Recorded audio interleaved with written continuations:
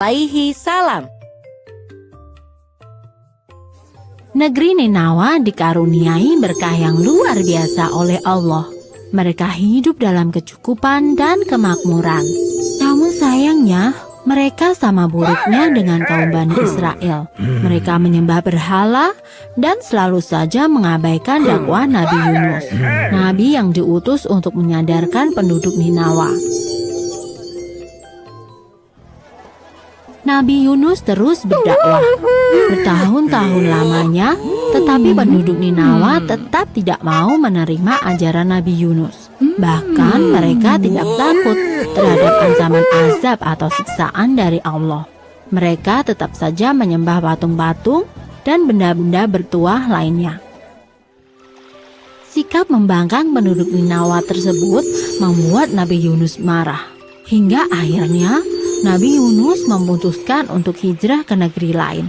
Sebelum pergi, Nabi Yunus mengingatkan akan datangnya azab atau siksa dari Allah yang sangat pedih. Namun, pesan itu tetap tidak dihiraukan.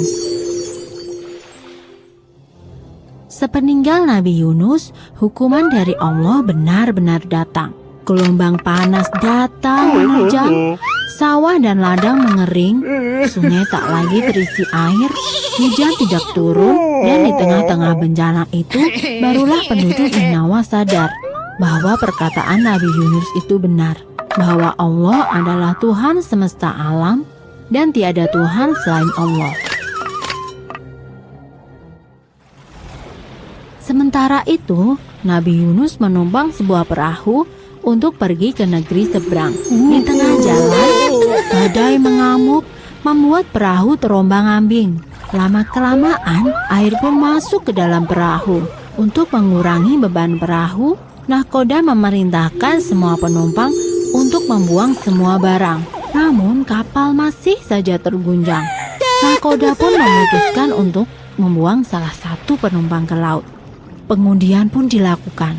Ternyata, undian tersebut jatuh kepada Nabi Yunus. Hingga 3 kali berturut-turut, undian selalu jatuh kepada Nabi Yunus. Nabi Yunus ikhlas jika dirinya harus dibuang ke laut untuk menyelamatkan kapal.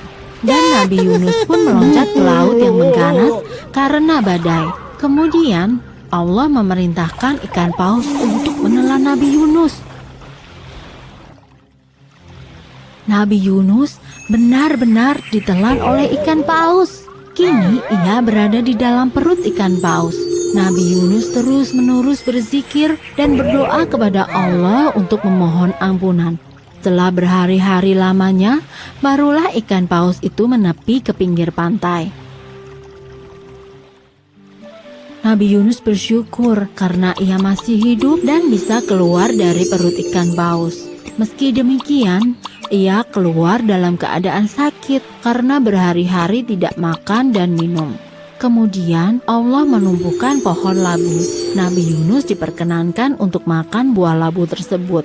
Hingga akhirnya tubuh Nabi Yunus kembali sehat. Selanjutnya, Allah memerintahkan Nabi Yunus untuk kembali ke negeri Ninawa. Nabi Yunus pun mematuhi perintah Allah. Penduduk Ninawa yang telah bertaubat menyambut kedatangan Nabi Yunus dengan penuh sukacita.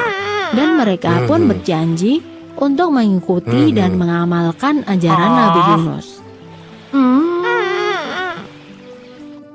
Selesai. Sumber dalam Al-Quran, Surat Asy-Syu'ara ayat 139-148.